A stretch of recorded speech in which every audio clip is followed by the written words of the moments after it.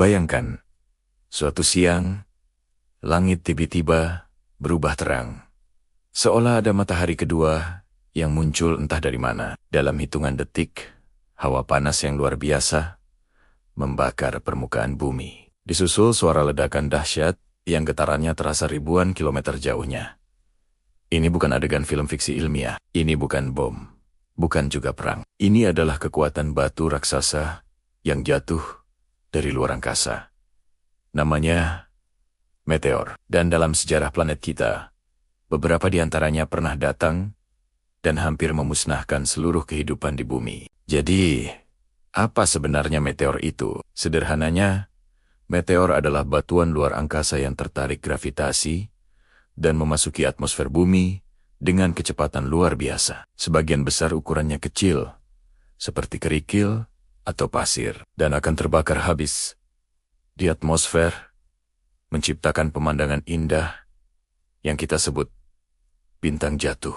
Tapi, apa jadinya jika yang datang bukan sekadar kerikil, melainkan sebuah batu seukuran gunung? Jika ukurannya cukup besar, ia tidak akan hancur di atmosfer. Sebaliknya, ia akan menghantam permukaan bumi dan menciptakan bencana berskala global. Dalam sejarah panjang planet kita, meteor bukan hanya sekadar benda langit yang indah, tapi juga pemicu kepunahan massal dan perubahan drastis dalam rantai kehidupan. Mari kita kembali ke masa lalu, sekitar 66 juta tahun yang lalu. Saat itu, bumi dikuasai oleh makhluk-makhluk raksasa yang kita kenal sebagai dinosaurus. Tiba-tiba, sebuah meteor kolosal dengan diameter diperkirakan lebih dari 10 kilometer menghantam bumi. Lokasi tumbukannya sekarang kita kenal sebagai Semenanjung Yucatan di Meksiko.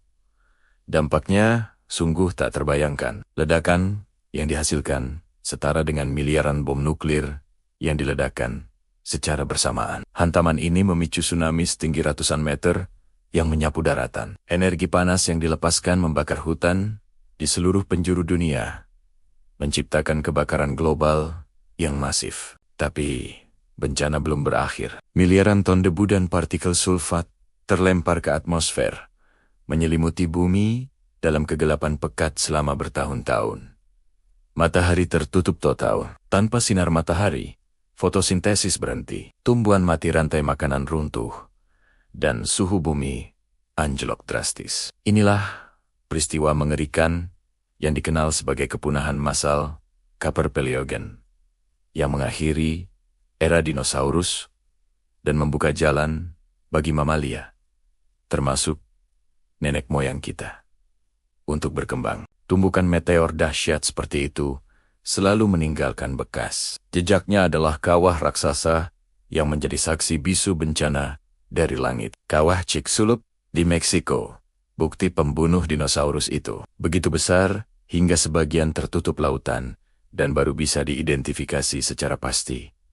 Dengan teknologi modern, ratusan tahun setelah penemuan awalnya, ini membuktikan bahwa masih banyak sekali jejak tumbukan meteor purba yang mungkin tersembunyi di bawah lautan, terkubur di bawah lapisan sedimen, atau terkikis oleh waktu. Pertanyaannya, berapa banyak lagi kawah raksasa yang belum kita temukan? Dan cerita apa yang mereka simpan tentang masa lalu bumi yang penuh gejolak? Namun, tidak semua bencana meteor meninggalkan kawah. Mari kita maju ke zaman yang lebih modern. Tepatnya pada tanggal 30 Juni tahun 1908, di sebuah wilayah terpencil di Siberia bernama Tunguska. Pagi itu, para saksi mata melaporkan melihat bola api terang melintasi langit, diikuti oleh ledakan yang kekuatannya diperkirakan 1000 kali lebih kuat dari bom atom Hiroshima. Ledakan itu meratakan lebih dari 80 juta pohon di area seluas 2000 km persegi. Guncangannya tercatat oleh seismograf di seluruh dunia, dan langit malam di Eropa sempat bersinar terang selama beberapa hari. Anehnya, ketika para ilmuwan akhirnya mencapai lokasi terpencil itu bertahun-tahun kemudian, mereka tidak menemukan kawah sama sekali. Apa yang sebenarnya terjadi? Hingga hari ini, peristiwa Tunguska masih menjadi salah satu misteri terbesar dalam ilmu pengetahuan. Teori yang paling populer adalah sebuah meteor atau komet meledak di udara sebelum mencapai tanah. Tapi, tanpa bukti fisik berupa kawah atau fragmen meteorit, misteri ini terus memicu spekulasi. Apakah itu lubang hitam kecil, antimateri, atau sesuatu yang sama sekali di luar pemahaman kita? Kisah bencana dari langit berlanjut hingga abad ke-21. Pada tahun 2013, dunia kembali dikejutkan. Sebuah meteor berukuran sekitar 20 meter memasuki atmosfer di atas kota Chelyabinsk, Rusia. Ia melesat lebih cepat dari suara dan meledak di udara dengan kekuatan sekitar 30 kali bom Hiroshima. Gelombang kejut dari ledakan itu menghancurkan jendela ribuan bangunan dan serpihan kaca yang berterbangan melukai lebih dari 1.000 orang. Peristiwa Chelyabinsk menjadi pengingat yang sangat nyata bahwa ancaman dari luar angkasa itu nyata dan bisa terjadi kapan saja. Padahal, meteor ini ukurannya relatif sangat kecil dibandingkan pembunuh dinosaurus. Bayangkan, jika yang datang saat itu ukurannya 10 kali lebih besar. Kerusakannya akan jauh lebih katastrofal. Ini membuktikan bahwa planet kita masih sangat rentan terhadap tamu tak diundang dari kosmos. Fakta ini membawa kita pada pertanyaan yang sedikit mengkhawatirkan. Apakah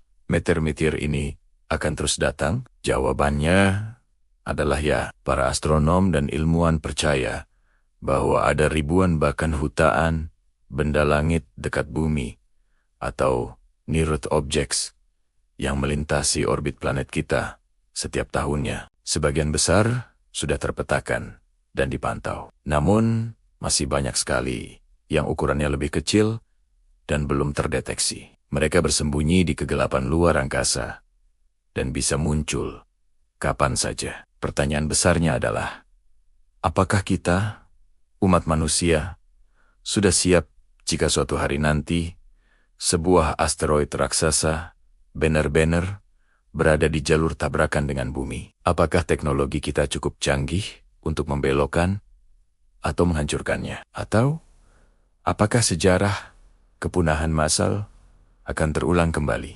Namun, ada sisi lain yang sangat menarik dari cerita ini. Ironisnya, meteor yang dikenal sebagai pembawa kehancuran mungkin juga merupakan pembawa kehidupan. Beberapa teori ilmiah yang paling menarik menyebutkan bahwa unsur-unsur fundamental bagi kehidupan, seperti air dan senyawa organik kompleks, tidak berasal dari bumi itu sendiri. Mereka datang dari luar angkasa, dibawa oleh komet dan meteor yang membombardir bumi miliaran tahun yang lalu, saat planet kita masih muda. Ini adalah sebuah paradoks yang luar biasa. Artinya, benda langit yang sama yang menyebabkan kepunahan dinosaurus mungkin juga merupakan kendaraan kosmik yang membawa benih-benih kehidupan pertama ke planet kita. Meteor, sang pemusnah, sekaligus sang pencipta. Meski ilmu pengetahuan terus maju, masih banyak sekali misteri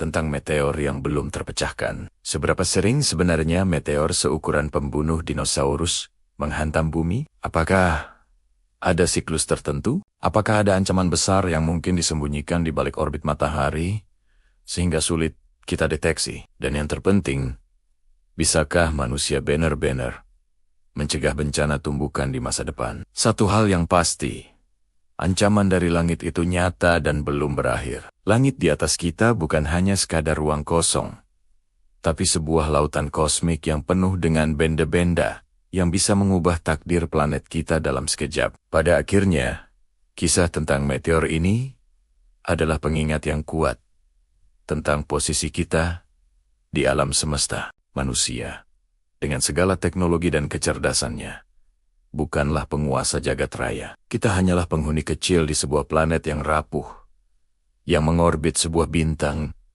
di antara miliaran bintang lainnya. Dan terkadang, seluruh narasi sejarah dunia, dari kepunahan hingga kemunculan kehidupan, bisa ditentukan hanya oleh sebutir batu yang jatuh dari langit. Jika kamu suka dengan misteri kosmos dan kisah-kisah bencana besar yang membentuk dunia kita, jangan lupa tekan tombol like dan subscribe kanal Infonix. Sekarang, giliranmu. Tulis di kolom komentar. Menurut kamu, apakah meteor raksasa akan menghantam bumi lagi di masa depan?